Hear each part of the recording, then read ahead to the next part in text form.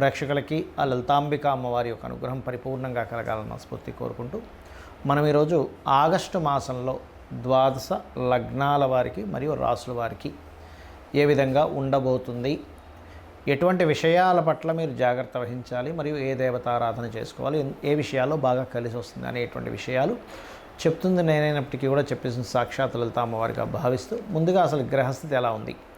మనకి శని బుధుడు ఇద్దరు వక్రించి ఉన్నారు. ఈ యొక్క బుధుడు ఆగస్టు 11కి వక్రత్యాగం అయిపోతుంది, కానీ శని మాత్రం ఇంకో 4.5 నెలలు వక్రగతిలోనే ఉంటారు, 4 నెలల పాటు. అలాగే రాహు కుంభంలోని, వక్రించిన శని మీనంలోని, అదేవిధంగా గురువు శుక్రుడు మిథున రాశుల్లో, రవి దాదాపుగా ఈ కర్కాటకంలో 17వ తేదీ వరకు ఉండి 17వ తేదీ నుంచి కర్కాటక నుంచి సింహంలోకి మారుతాడు. బుధుడు కర్కాటకంలో ఉండి ఇందాక నేను చెప్పినట్టుగా వక్రించి ఉన్నాడు. బుధుడు 11వ తేదీ వరకు వక్రించి ఉండి 11 తర్వాత స్ట్రైట్ అవుతాడు. అంటే వక్రించి ఉన్నప్పుడు తన ఓన్ హౌస్ మీద తన యొక్క ఎఫెక్ట్ పడుతుంది. కన్యా మనకి సింహంలో కేతు ఉన్నాడు. ఇక ఈ చంద్రుడు కనుక చూసుకుంటే 1వ తేదీ నుంచి కనుక చూసుకుంటే తులారాశి నుంచి మరలా ఒక 12 రాశులు తిరుగుతాడు ఈ నెల, తులారాశి నుంచి మొదలుపెట్టి. తులాలగ్నము తులారాశి, రాస్యాధిపతి లగ్నాధిపతి అయినటువంటి శుక్రుడు భాగ్యస్థానంలో ఉన్నాడు శుభగ్రహంతో కలిసి. భాగ్యంలో శుభగ్రహంతో కలిసి ఉండడం ఒక రకంగా మీకు భాగ్య యోగాన్ని పట్టిస్తుంది. దీంతోపాటు ప్రధానంగా లాంగ్ జర్నీస్కి, హయ్యర్ ఎడ్యుకేషన్ చేయడానికి చాలా అనుకూలమైనటువంటి గ్రహస్థితి. అయితే ఇక్కడ విదేశాలకు వెళ్ళి లేదా అక్కడ ఏదైనా ధన సంబంధించిన విషయంలో అనుకూలంగా ఉంది. కాకపోతే మీకు 3, 4 తేదీలు ధనం విషయంలోని, కుటుంబ సభ్యులతో ఏదైనా చిన్న చిన్న మనస్పర్ధలు అయ్యేటువంటి విషయాల్లో ప్రతికూల ఫలితాలు ఉన్నాయి. దాంతోపాటు మీరు ఎక్కడైతే ఉద్యోగం చేస్తారో ఉద్యోగంలో కూడా కొంత జాగ్రత్తగా ఉండాలి 3, 4 తేదీలు. మరియు 10, 11 తేదీలు కొంతమంది ఐయుఐలు ఐవీఎఫ్లు చేయించుకుంటూ ఉంటారు, లేదా రాజకీయ పరంగా కొన్ని నిర్ణయాలు తీసుకుంటూ ఉంటారు. ఇటువంటి విషయాల పట్ల కూడా కాస్త జాగ్రత్త వహించండి ముఖ్యంగా. అలాగే మరొక విషయం ఏంటంటే ఇక్కడ ఈ 3వ స్థానాధిపతి ఎప్పుడైతే భాగ్యస్థానంలో ఉన్నాడో, 12వ స్థానంలో కుజుడు ఉన్నాడో, కాస్త ఇన్వెస్ట్మెంట్స్ చేసేటప్పుడు 12లో కుజుడు ఉన్నందుకు అందులో ముఖ్యంగా తండ్రి గారి భూమికి సంబంధించిన విషయంలో కొంత ఘర్షణ యోగాన్ని చూపిస్తుంది. ఇక ఈ 4వ అధిపతి 6వ స్థానంలో వక్రించి 5వ స్థానం వైపు వస్తున్నందుకు ముఖ్యంగా నిర్ణయాలు ఒక్కొక్కసారి తీసుకునే విషయంలో ప్రొలాంగ్ చేస్తూ ఉంటారు. కొత్త పరిచయాలు, కొత్త ఫ్రెండ్షిప్స్ అని, ప్రేమ వ్యవహారాలు. ఇది 5వ స్థానంలో రాహు ఉంటూ శనొచ్చి కలుస్తున్నందుకు ఈ యొక్క విషయంలో చాలా చాలా చాలా జాగ్రత్త వహించాలి. ఇక ఈ ఎవరినైనా ఇష్టపడి వివాహం చేసుకోవాలనేటువంటి విషయంలో కొంత ఘర్షణలు, ఇతర అంటే సేమ్ దీనిలో కాకుండా కొంచెం వేరే క్యాస్ట్లో చేసుకుంటున్నారు, అటువంటివి కొంతవరకు మీకు సహజంగా వివాహ ప్రయత్నం చేసేటువంటి వారికి కూడా అటువంటివి కొంచెం అయ్యేటువంటి యోగం ఎక్కువగా కనిపిస్తుంది. మరియు మరొక విషయం ఏంటంటే ఈ లాభస్థానంలో రవి కేతువులు ఉన్నందుకు వ్యాపారాల్లో ముఖ్యంగా ఆరోగ్య సంబంధించిన మెడికల్ రిలేటెడ్ హాస్పిటల్స్ ఇటువంటి వ్యాపారం చేసేటువంటి వారికి అనుకూలంగా ఉంది చెప్పాలంటే. మరియు ఇక్కడ పెద్ద మొత్తంలో ఎక్కడి నుంచైనా మీకు ధనం రావాల్సినటువంటిది రావడము, అదేవిధంగా మీరు ఎక్కువగా దీపారాధన రాహువు శని గ్రహాల దగ్గర దీపారాధన చేయండి. చండీ పారాయణం చేస్తూ ఉండండి, చండీ వింటూ ఉండండి, మరియు ఓం దుమ్ దుర్గాయ నమః అనే నామస్మరణ చేయండి. గోవులకి కాస్త బెల్లము 4 ఉండలుగా చేసి శనివారాలు తినిపిస్తూ ఉండండి. దీంతోపాటు శని రాహు కుజకేతు గ్రహాల దగ్గర దీపారాధన చేయండి, అన్ని విధాలా మీకు బాగుంటుంది.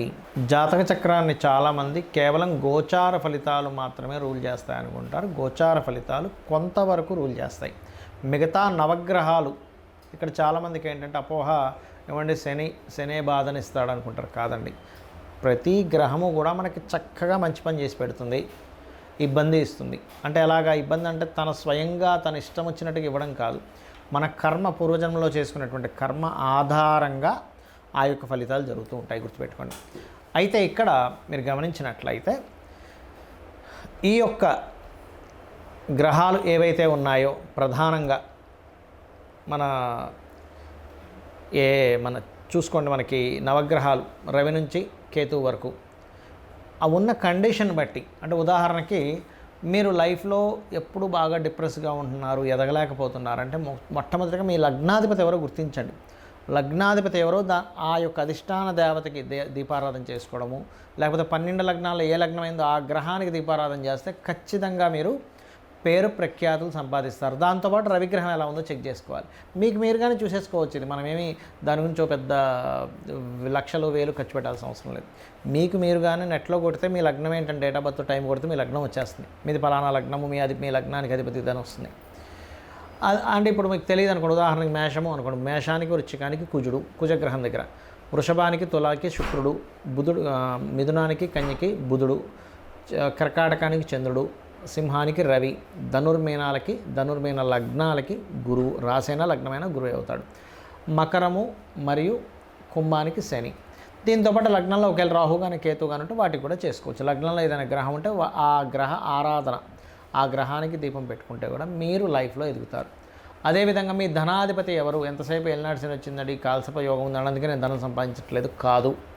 మీకు లక్ష్మీ యోగాలు, ధనయోగాలు ఎంత ఉన్నాయి, ఏ మార్గంలో వెళ్తే మీరు చక్కగా ధనాన్ని సంపాదించి మీ యొక్క జీవితాన్ని ఉద్ధరించుకోగలుగుతారు, పేరు ప్రఖ్యాతులు తెచ్చుకోగలుగుతారు అనేది మీ ధనాధిపతి, పంచమాధిపతి, భాగ్యాధిపతి, లాభాధిపతి, దశమాధిపతి వీటిని చూసుకోవాలి. అంటే వీటిల్లో మీకు ఎలా ఉంది అంటే వ్యాపారంలో బాగుందా లేకపోతే ఉద్యోగంలో బాగుందా అని చెక్ చేసుకోవాలి.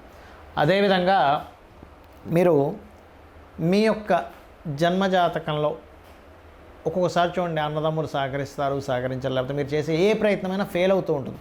అప్పుడు 3వ అధిపతిని అసలు మీ జన్మజాతకంలో అసలు గృహయోగం ఉందా లేదో చెక్ చేసుకోవాలి. చాలామంది తెలియక గృహయోగం లేనటువంటి వారు బలవంతంగా ఏదో స్థలాన్ని తీసుకున్నప్పుడు వాళ్ళు డౌన్ఫాల్ అవుతూ ఉంటారు. అలా లేనప్పుడు మీ జీవిత భాగస్వామి లేదా మీ పిల్లల పేర్ల మీద కొనుక్కోవాలి. వెహికల్ కొనుక్కున్నా దాని ఎఫెక్ట్ చూపిస్తూ ఉంటుంది, గుర్తుపెట్టుకోండి.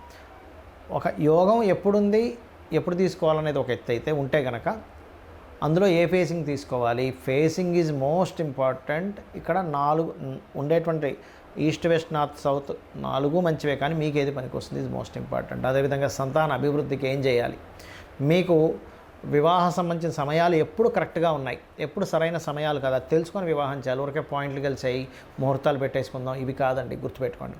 అలాగే ఆకస్మిక సంఘటనలు మీ లైఫ్లో ఏమైనా ఉన్నాయా, మీ అష్టమాధిపతి చెప్తాడు. అష్టమాధిపతి ఎంత పాడైతే ఆకస్మిక సంఘటనలు ఎక్కువ జరుగుతుంటాయి వాళ్ళ లైఫ్లో. 9th లార్డ్ అంటే మీ యొక్క భాగ్యాధిపతిని బట్టి మీ తండ్రులు, గురువుల యొక్క సపోర్ట్, దైవానుగ్రహం 9వ స్థానంలో ఉంటుంది. వృత్తి 10వ స్థానం. ఎక్కడ వృత్తి చేయాలి, ఇక్కడ విదేశాల్లోనో వేరే రాష్ట్రంలోకి వెళ్తే సెట్ అవుతుంది అనేది మీ పర్సనల్ చార్ట్లో ఉంటుంది. అలాగే వ్యాపారం చేయాలా వద్దా, వ్యాపారాల్లో లాభాలు వస్తాయా లేవా, అసలు వ్యాపార యోగం ఉందా లేదా, మీ బుధుడు మీ లాభాధిపతి బట్టి. మీ ఇన్వెస్ట్మెంట్స్ ఏమిటి, మీరు విదేశాలకు వెళ్తారా వెళ్ళరా, తండ్రి యొక్క ఆస్తికి సంబంధించిన విషయాలన్నీ 12వ స్థానంలో ఉంటాయి. అయితే ఇక్కడ మీరు ఒకటే గుర్తుపెట్టుకోండి, మీ జన్మజాతకంలో ఏ మహాదశ ఏ అంతర్దశలు నడుస్తున్నాయి, తద్వారా మీకు ఏ ఫలితం వస్తుందో చూసుకొని, ఒకవేళ మంచి ఫలితం అయితే హ్యాపీగా ఉంటూ, ఒకవేళ ఏదైనా ఇబ్బందికరమైన ఫలితం వస్తున్నప్పుడు ఆ గ్రహానికి సంబంధించిన దానము, ఆ గ్రహానికి సంబంధించిన స్తోత్రము, ఆ గ్రహ అధిష్టాన దేవతకి చక్కగా ఇంట్లో నమస్కారం చేసుకోవడం, దీపం పెట్టుకోవడం చేసుకుంటే సరిపోతుంది. అంతకుమించి మీరేమీ కంగారు పడాల్సిన అవసరం లేదు, భయపడిపోవాల్సిన అవసరం లేదు. కాకపోతే మరీ తీవ్రంగా ఉంటాయి కొంతమందికి, వారి దగ్గర ధనం ఉంటుంది. అలాంటి వారు ఏ హోమమో ఇంట్లో చక్కగా సత్యనారాయణ వ్రతమో, చండీ హోమమో, లేకపోతే గణపతి తర్పణమో, మీకు సుదర్శన హోమం, మీ ఇష్టదేవత 4 డబ్బులు ఉన్నాయంటే నేను చేయించుకోగలను. కానీ ధనం లేకుండా ఏదో అమ్మో డబ్బులు పెడితేనే కానీ భగవంతుడు కనికరించడు, గ్రహం కనికరించదు అనుకోని మాత్రం ఎప్పుడూ అనుకోకండి. దయచేసి భక్తి ప్రధానము, అమ్మవారికైనా భక్తే ప్రధానం. మీరు 1,00,000 రూపాయలు ఖర్చు పెట్టి పూజ చేసినా భక్తిగా కూర్చోబడితే 1,00,000 కాదు కదా, 10 లక్షలు కాదు కదా, 10 కోట్లు ఖర్చు పెట్టి మీరు పూజ చేసినా అనుగ్రహం ఉండదు. దేవతా అనుగ్రహం భక్తే ప్రధానం. భక్తి, శ్రద్ధ, దేవత ఉందనేటువంటి పూనికతో మీరు ఏదైనా చేయండి, మీ యొక్క తలరాతను మార్చేటువంటి శక్తి అమ్మవారికి ఉంటుంది.